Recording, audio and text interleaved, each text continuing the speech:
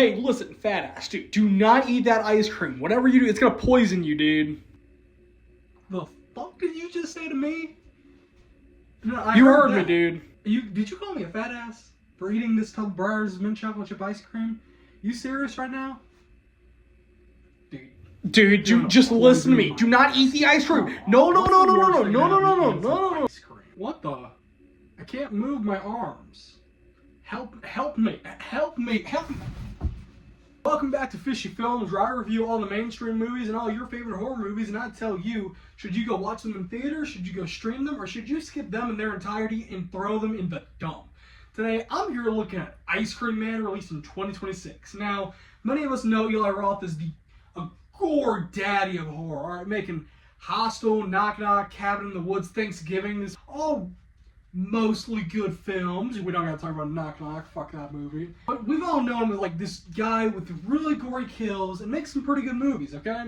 And I went to this on Monday at a mystery movie, just knowing it was already gonna be that, and I was like, okay, what can I expect? Are we gonna be making a direct sequel to the 1995 Clint Howard Ice Cream Man? Because that was the original plan, but I guess something fell apart. No, we do not have that. This is its own thing.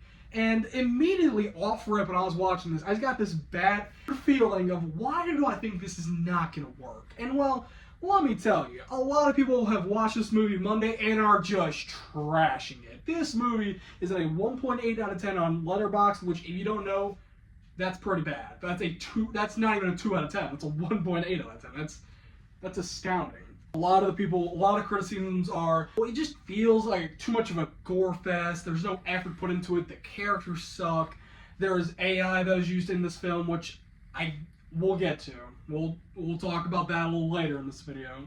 A lot of people didn't. I understand that.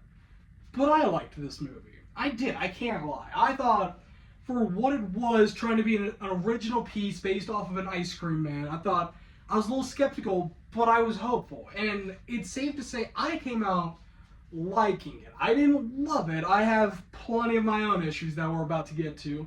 But I didn't walk out of it thinking, this is one of the worst horror movies of the year. This is awful. This is straight just a only ripoff of Weapons and Terrifier and this and that and yada yada yada. You get my gist.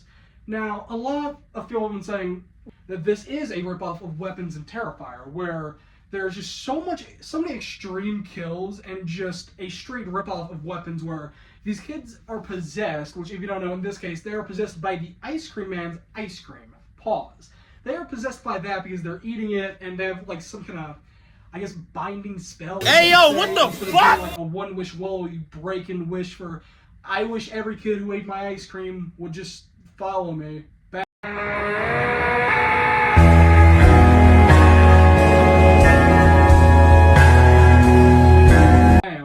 Or like a Weapons, where you got Aunt Gladys stirring her bowl of water going up, putting something in there of each kid's, and just like doing whatever she did.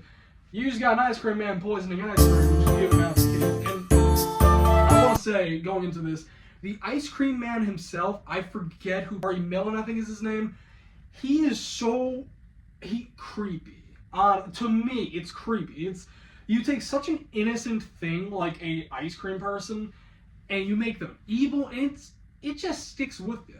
There was a theme in this movie they were talking about. They didn't go that heavy into it, about how the most innocent people should be the most trustworthy, like law enforcement, teachers, ice cream men. The most innocent ones, and yet they're always the most troublesome. I thought that was a really interesting idea that they just don't dive into at all. They just they throw it in there in a line and then just throw it right back out into the dumpster and just say, yeah, we talked about that, move on, next. If you don't know, the plot of this movie is an Ice Cream Man has taken over a town, and he's possessed all the kids because he was wrongfully accused of a crime he did not commit by our main character's grandfather, and so he then made a deal with a Necronomicon to come back to life for his soul to get his revenge, it's convoluted. Like a convoluted plotline, I get that. It sounds kind of like Passenger in a way, where you got this anti-demonic thing that you're trying to get away from, but you can't, so you have to kill it in some way by going to a specific place. In that case, that movie was a church, this one's a grave. And well, you can call the twist of this movie when it happened. I got to the twist, and I called the first half, and I was like, oh yeah. By the way, spoilers right now, because the twist is that the main kid's grandfather was the judge that put the ice cream man away in prison, so he has to get his revenge. So he buried his parents in the grave where the Necronomicon was supposed to be, and they just killed their parents. That I called. What I didn't call was the priest that they find in a church's freezer. Yes, because that makes a lot of sense. That a church's freezer filled with ice cream, and there's a priest in it. Does this ring a bell? No? Yeah, you're right. And it turns out, well, the priest was the Necronomicon that made the deal with the ice cream man back in the yada yada some time ago. That I didn't call, but I think a lot of people can tell, like, oh, this is the twist. It's gonna be, he's this, he's that. It's not a hard twist to find out in the end of, like, oh, it's just this. Which, for me, I didn't predict all of it, so, you know what, I was left a little surprised by myself. But that, not everyone was. A lot of people hated the twist and thought it was bad, which, okay. But the movie's not out yet, so you know what? You judge for your own opinion. The gore in this is arguably, I think it's one of the, if not the best part of the movie. The gore is so good. You have a girl getting her head cut off, you have a guy getting his hand, like, just cracked and broken in the...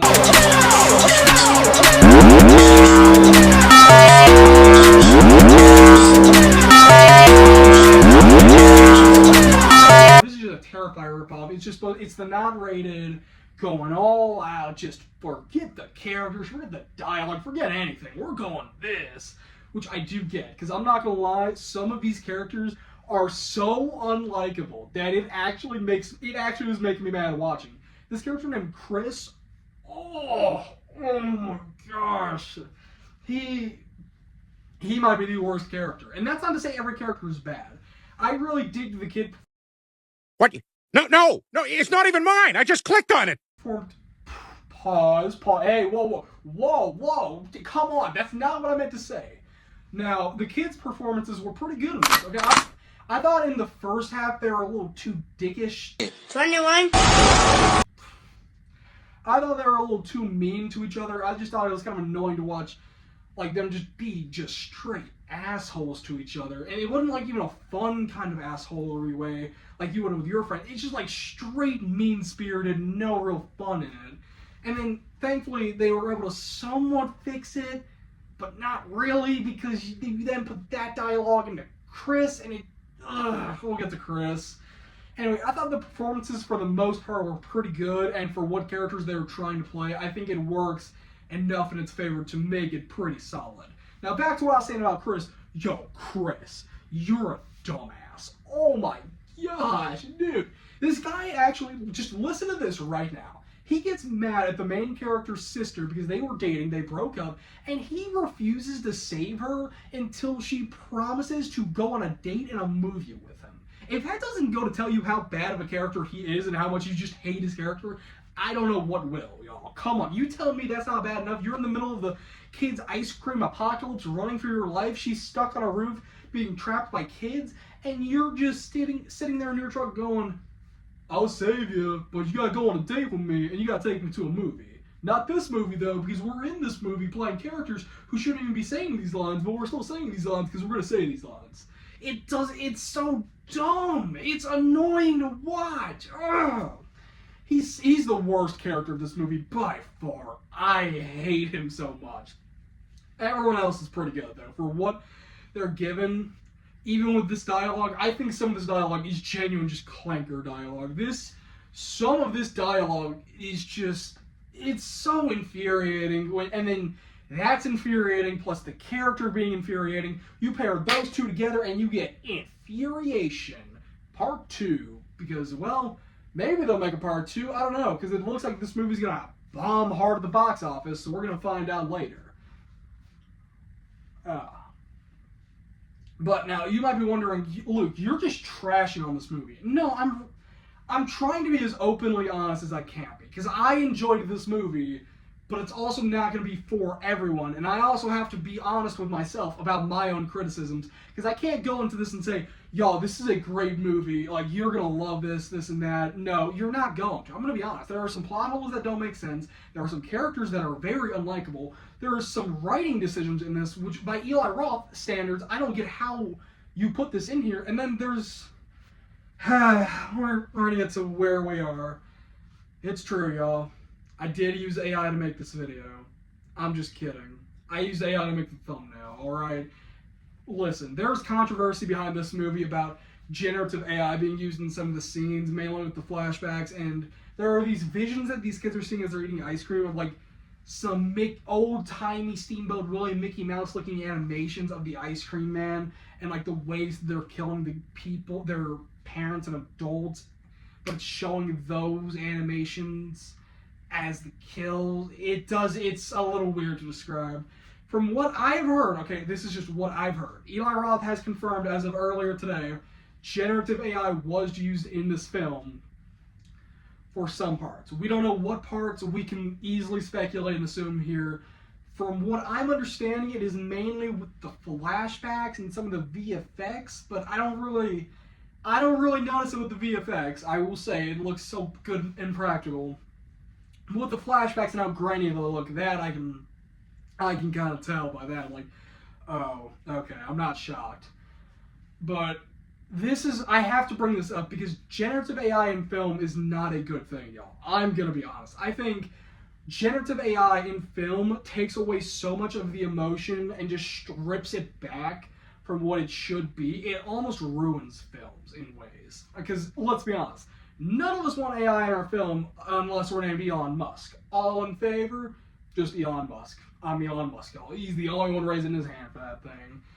And it takes away so much of what is, and takes away jobs, too. When I watched Young Washington earlier this year in July, which I didn't even make a video about it, because honestly, I didn't want to sit here for 10 minutes ranting about how inaccurate it is because of how much AI is used in that film. There's a scene in that movie where young Washington and someone are floating down a river trying to survive, and when I was watching that movie, I was trying to figure out, why is this not emotionally hitting?